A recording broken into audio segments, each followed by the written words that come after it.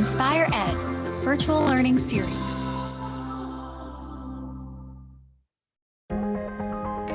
Welcome to InspirED.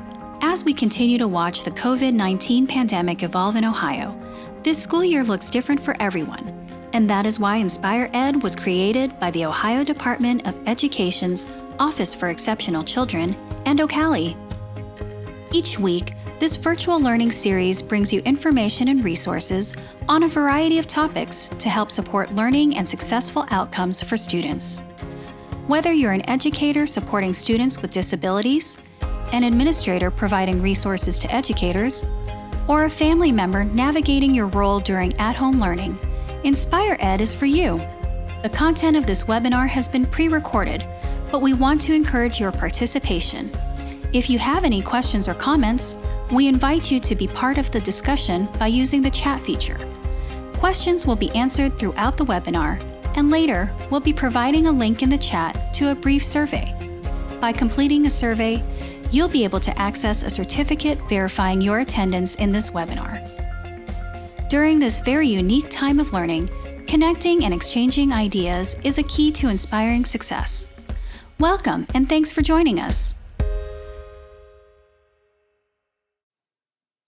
Hi, I'm Sue Beck, Project Coordinator with the Lifespan Transition Center at OCALI, and I'm Chris Filler, Program Director for the Lifespan Transition Center at OCALI. We're going to continue exploring myths that surround transition to adult life. A previous InspirED webinar explored myths related to transition assessment. This webinar focuses on transition planning myths. As before, we'll be offering resources throughout the webinar. The links to these resources and information are in a Google Doc. The link to that is in the chat box now. If you're viewing the recorded version of this webinar, the resource sheet can be downloaded from the InspirED home webpage. We will also be putting direct links into the chat as we discuss each resource. So let's get into more transition myth busting. The circle graphic on the screen shows how transition planning is a cyclical, continuous, and ongoing process. This process begins with gathering and analyzing transition assessment data. The data gathered is developed into a multi-year, multi-agency plan. As the plan is implemented, data is gathered to evaluate the student's progress and effectiveness of transition services. Progress and effectiveness data are then used to update the plan, and the cycle continues. So, is the act of planning required? Why is there such an emphasis on doing the planning? Well, first of all, planning is just an ordinary part of all of our daily lives. We plan each day for shopping, work, cooking, vacations, and so on. So why wouldn't we plan for this most critical transition in a young person's life? What does planning look like? Well, here are some definitions with keywords in italics. Planning means being intentional about decisions made. Planning's thought out ahead of time, before acting, and often written down. Planning has an orderly arrangement of all its parts laid out in clearly distinguished sections, and the relations and proportions are aligned within the plan. These keywords remind me of keywords in the definition of transition: a coordinated set of activities, a results-oriented process, individual child needs. So when we look at these terms side by side, it seems that the key features of planning, as it's defined as a general use term, and the keywords for the definition of transition are very similar. So while the word planning itself doesn't appear in the definition of transition, all of those key elements of what it means to plan are included. Planning is necessary to meet the requirements, even though planning as an action is not explicitly stated. This leads us to myth 1. Chris, would you talk about myth 1? Sure, thanks, Sue.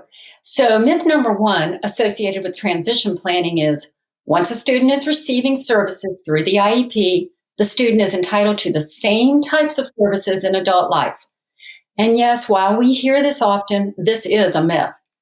The truth is that the entitlement of a free and appropriate public education, or FAPE, ends when a student leaves school. In the adult world, eligibility for services is determined by each agency's requirements, and these can be different from agency to agency. And there are many differences between high school and college as well. During transition planning, youth and families must plan for how service determination changes when the youth becomes an adult. The youth and family also need to become aware that some types of support may not even be available in the adult world. Also, transition planning can help put into place steps to be ready to address the differences between what is available in high school and what is allowable in college. Let's look at a resource that may help with this discussion. The picture on the screen is a 2-page downloadable document that is available on the National Technical Assistance Center on Transition website. It highlights some differences between high school and college that the youth should prepare for during transition planning. It includes differences in the legal foundations for accommodations and support, student responsibilities and parental role, instructional differences, differences in documentation, and differences in the expectations for self-advocacy. It is very important during the transition years that the youth begin to know how to explain their disability in order to navigate systems, not simply the name of their disability, but more importantly, how their disability impacts their ability to learn, to engage in adult activities, to navigate the community, or any other important area in adult life. Transition planning should include the use of tools and processes that can help a youth begin to self-disclose. So let's take a look at a few resources. The first resource comes from a 3-year transition grant funded by the Office of Special Education Programs, or OSEP.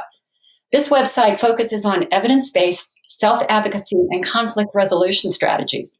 The materials are very practical and include videos that model students requesting accommodations and disclosing their disability.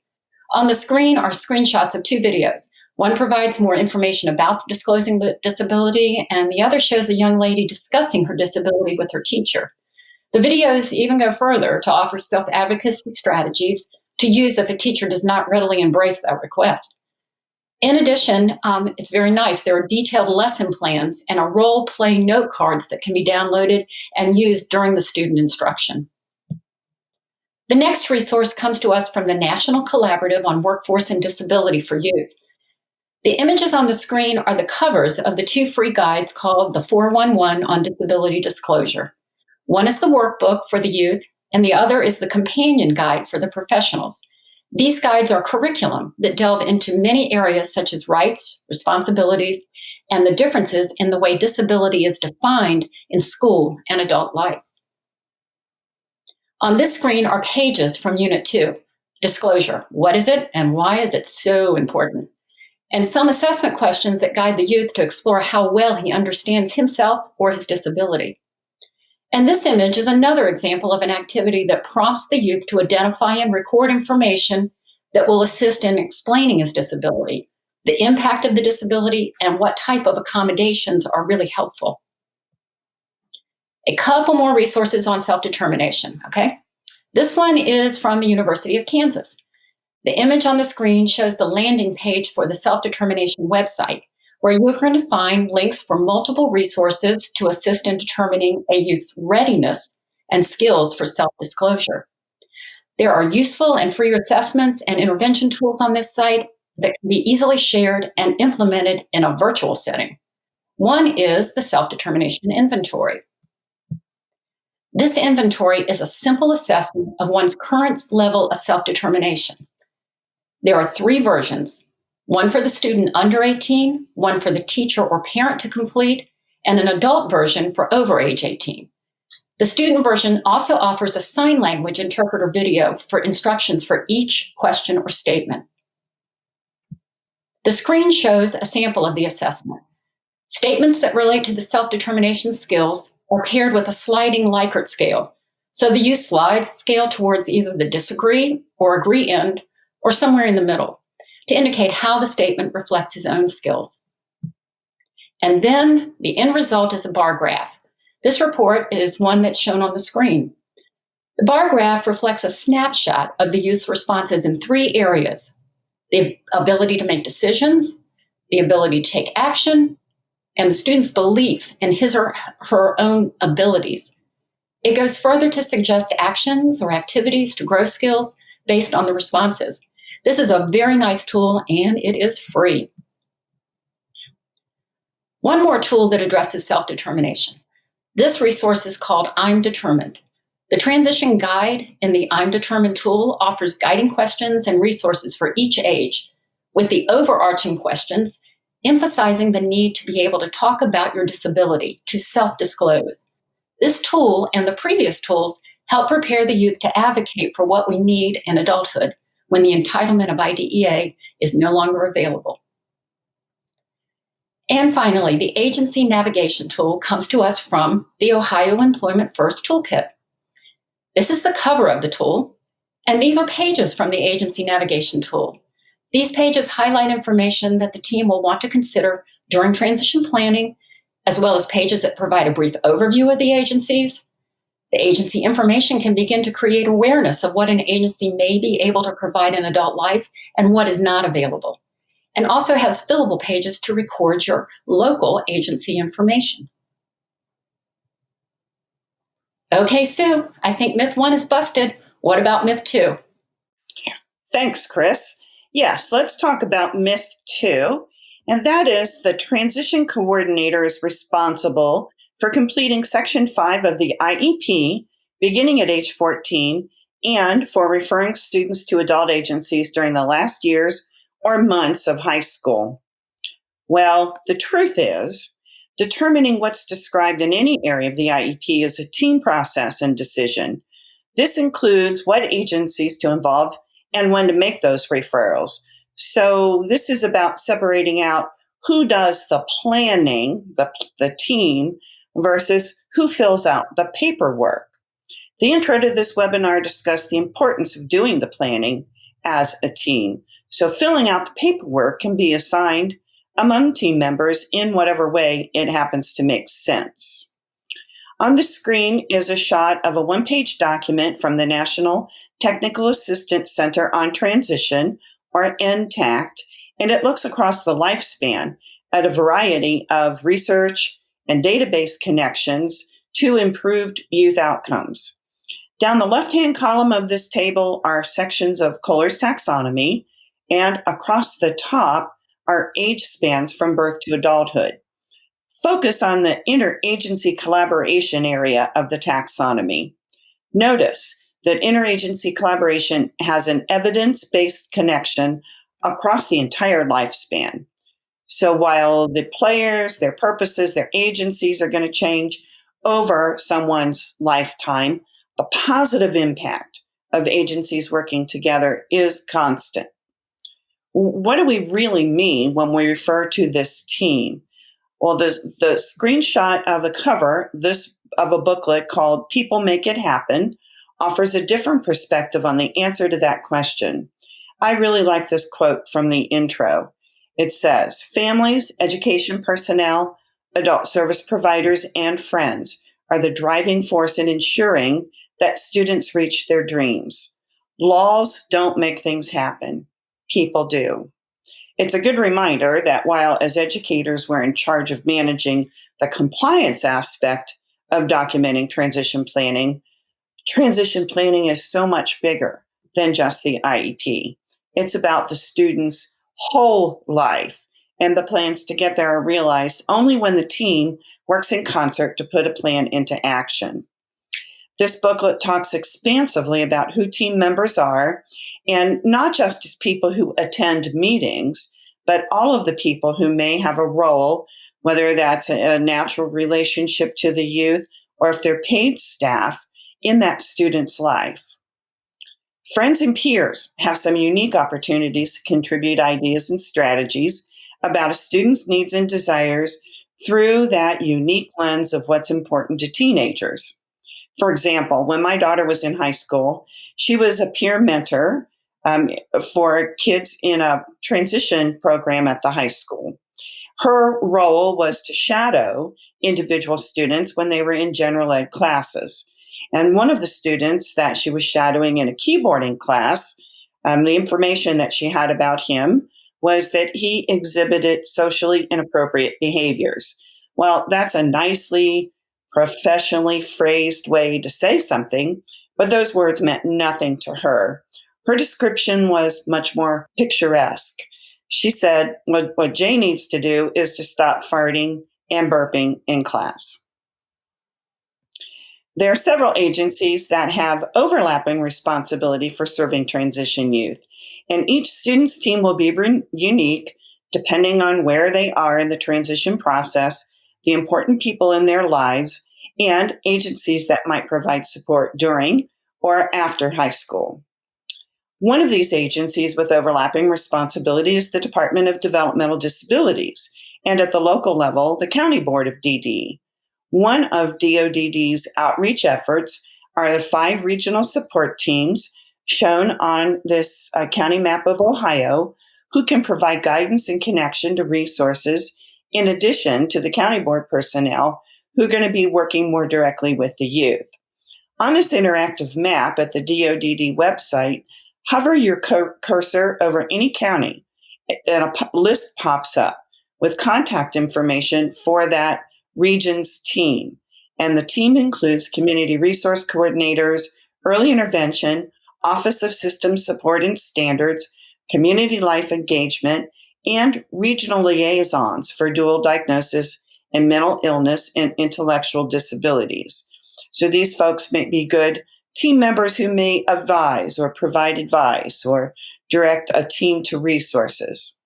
Another agency with overlapping responsibilities is Opportunities for Ohioans with Disabilities, or OOD, and they are Ohio's vocational rehabilitation agency. The Work Innovation and Opportunities Act of 2016 included new requirements for OOD to serve youth at a younger age, beginning at age 14, and with new types of services. At the OOD website, go to the Students 14 Plus page, and there you'll find several documents, such as this 3-page fact sheet that's shown on the screen called Transition Guidance. And this fact sheet includes information about roles for OOD counselor, why early planning is important, information about OOD's role as a planning team member, how and when to apply for OOD, and a table of how and when eligible students might enter into OOD services. Research has consistently shown that improved youth outcomes are related to family involvement in transition planning. Each family, as we know, is unique, and we develop different ways that we communicate with each of them and different ways that we get their input.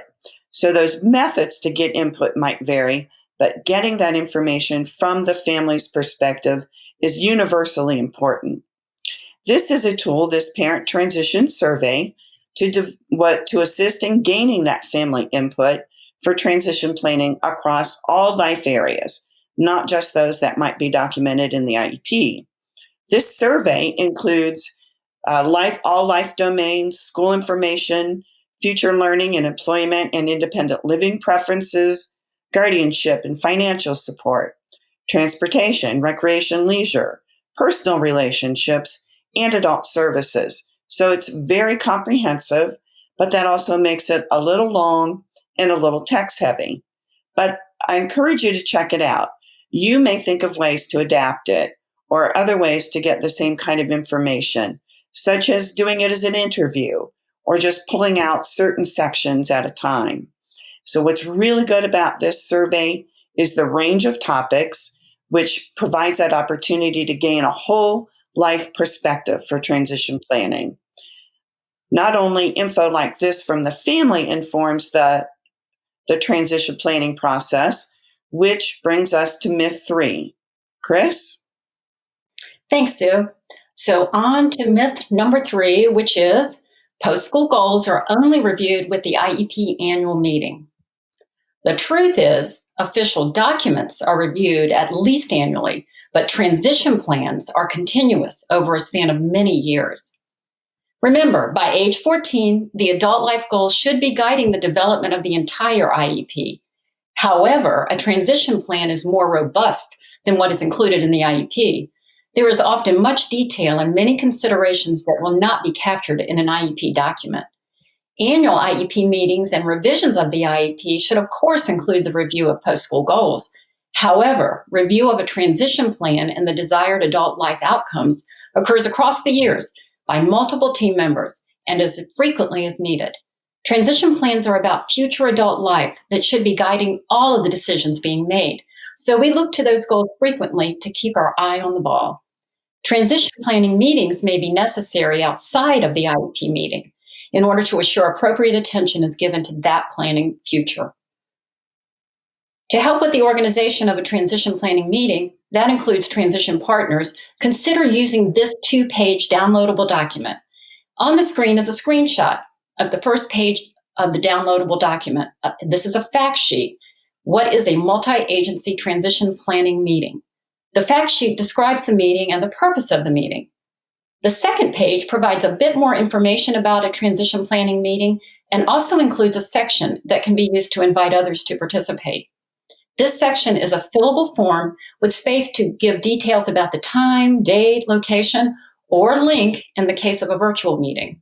Now, NTACT, or the National Technical Assistance Center on Transition, has so many useful resources, and this is just one more. This is a practical model that guides the transition planning process as it relates to the development of the IEP. The image on the screen shows a flowing model that begins with transition assessment to post-school goals, to IEP goals, to data collection. The tool offers several case studies of students with differing profiles. The images on the screen reflect the template pages found on the NTACT website. A narrative case study is paired with a completed model template using the case study information. And then a downloadable blank template is included that you can use to draft a student plan that uses the adult life goals as the guide or the filter for decision-making about the entire IEP. Teams may use this process form to organize the flow of virtual meetings by uploading the form and working together to complete it. Or the team could use the form to assess if existing IEP components connect meaningfully to the transition plans. The final resource comes from a set of resources that may be familiar. Charting the LifeCourse is a set of tools and processes that look at planning the future at various life stages. Some of the tools have been highlighted in other OCALI webinars. However, the tools that I want to spotlight for this myth are the quick guides, and specifically the Transition to Adulthood Quick Guide. The cover is pictured on the screen. This resource offers guiding questions for areas such as daily life and employment, community living, safety, security, social and spirituality, citizenship, and advocacy. It can be used to help families and youth prepare for a discussion in transition planning meetings and for other team members to be prepared to help identify resources to assist families. So remember, transition goals and transition plans should be continually reviewed and not just as part of the IEP annual review meeting. One more myth to go, Sue. It's back to you. Good job busting myth number 3 and a good lead into myth number 4. Students are expected to achieve post-school goals within the year following graduation. Well, the truth is, each person will achieve their adult goals along their own unique timelines. We've all experienced that in our own lives, how our various goals for adult living have been achieved over different spans of time. What we do know is that it is important to start career development early, and we can expect that teenagers will have some gaps in their skills as compared to what they'll need for adulthood.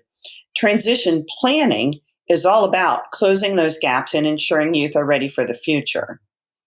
Have you ever had a student respond to the question, what do you want to do after high school, with a career that doesn't seem like a good match for them or with their skills? Well, the good news is that he or she did actually name a job or career, and that's a good indication that they are interested in working and that they see themselves working in the future, even if that particular career they mentioned isn't a good match. That provides a really good starting point for exploring. It could mean that having a mismatch could indicate that the student needs more exposure to the world of work, or they might only be familiar with a limited number of jobs, such as those of family members and relatives, or they may be basing their world of work view on jobs that they've had in school. They may just not know what the prerequisites are or skills that are needed for various kinds of jobs.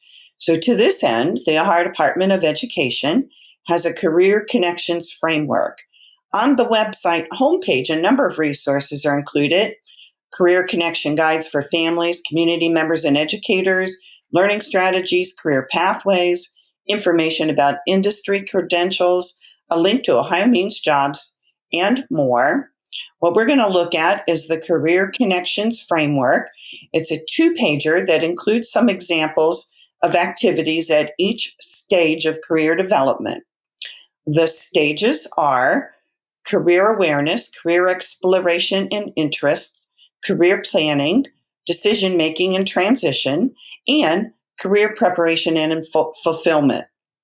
Some students will need exposure to career development activities that are listed in earlier stages than perhaps their age indicates, in order that they're able to move into that career planning, decision-making, and transition stage that's expected of high schoolers. So the type of answer they give to the "what do you want to do after high school" question can be a good indicator of where they are on this continuum. But what do you do when the youth hasn't thought about adult life at all? Another LifeCourse tool called the trajectory that's shown on the screen is a simple visual to talk with youth and family about the future. That diagonal line represents a trajectory or upward path from the student's current pins to his or her desired future. Then the team can explore details what needs to occur to create that upward trajectory to that desired future. There are just 2 statements here to address: a vision for what I want and what I don't want. And there's space to make note in the cells. This can be used as a virtual tool or shared electronically. And here's a tip. Sometimes what's not desired is clearer and easier to talk about, and that could be a good way to get the discussion going.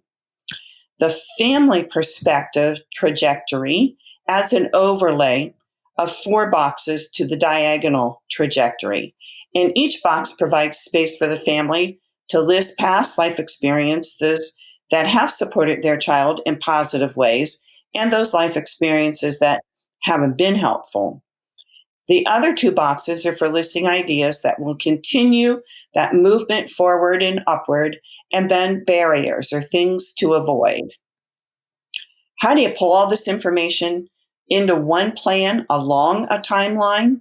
Well, backwards planning is a tool for developing multi-agency, multi-year transition plans. It's not a form. It's a way to think by starting at the end with the student's adult life outcomes and then planning back to the present. And so that unified plan that results describes a cohesive, holistic path for the student to move down from school to adult life on their own unique timeline. The plan primarily belongs to the student and family and is a companion to official agency documents. A backwards thinking process is most effective when developed with the student, family, and agency partners. The Employment First website includes the Transition Toolkit, and this toolkit includes a variety of planning tools, handouts, videos, case studies, and more, and we're going to explore tools for multi-agency planning. Among the tools for multi-agency planning are templates for backwards planning, fact sheets, like Chris showed you earlier, examples, facilitators' guides, and more. What we're going to preview is the Person-Centered Thinking and Backwards Planning Guide. The cover shown on this slide and the introduction describe how there's no magic in the pages of the document. The magic happens with a group of people are committed to work together to create intentional actions. The magic happens as the ongoing cycle of transition assessment data defines, refines, and clarifies the use pins. The magic happens when the plan crafts a path for the youth to move forward on their trajectory to the adult life that they want. There are 5 questions that structure the backwards thinking process. What do we know about the youth adult outcomes? What do we know about the youth? What else do we need to know? How are we going to find the answers to those questions? And what are the steps to move towards those outcomes? For question 2 in the backwards thinking process, this 4-square graphic is provided. It's a great tool for gathering together a youth's PINs, preferences, interests, needs, and skills. There are phrases and questions to prompt discussion. And here's a tip. When listing the PINs, try to use agency-neutral and non-jargon so that the family, the youth, and all agency partners can understand the information in the same way. This is a screenshot of the planning template that demonstrates backwards thinking. This is where the team will pull together all of the information from their discussion of the previous questions, transition assessment, and we'll start at the end with step 1. What are the youth's outcomes? Next, we want to think about future skills and knowledge the youth will need. These are milestones that the student will achieve over time, and those milestones get listed in column 6. For step 3, we want to think about the youth's PINs. Which ones align with a milestone in column 6? List that baseline information in column 1. Now you see there are 2 bookends for the plan. The starting point, column 1, and the endpoint, column 6. Now it'll be easier to figure out how much and at what pace progress needs to occur for the time span of the plan, which leads us to step 4, reflecting on that gap. Closing the gap is the core work of transition planning. And then finally, step 5, crafting the steps that are designed to close that gap through instruction, experiences, linkages to adult agencies, and any other transition service that's needed. This can and should include plans for additional transition assessment. Check out this tool for more information about how to use it. Thanks for joining us today for more transition myth busting and resources. Please don't forget to complete the post-webinar survey found at the link in the chat box. We appreciate your feedback and suggestions. You can contact me, Sue Beck, at Sue, S-U-E _Beck, B-E-C-K, at OCALI.org. Or you can contact me, Chris Filler, at Chris _Filler at OCALI.org. That is CHRIS _ FILLER at OCALI.org. Thanks for participating in today's webinar. We've provided a link in the chat to a brief survey, and we'll also follow up by email with the same link and additional information about this series. This series is for you, and we welcome any feedback.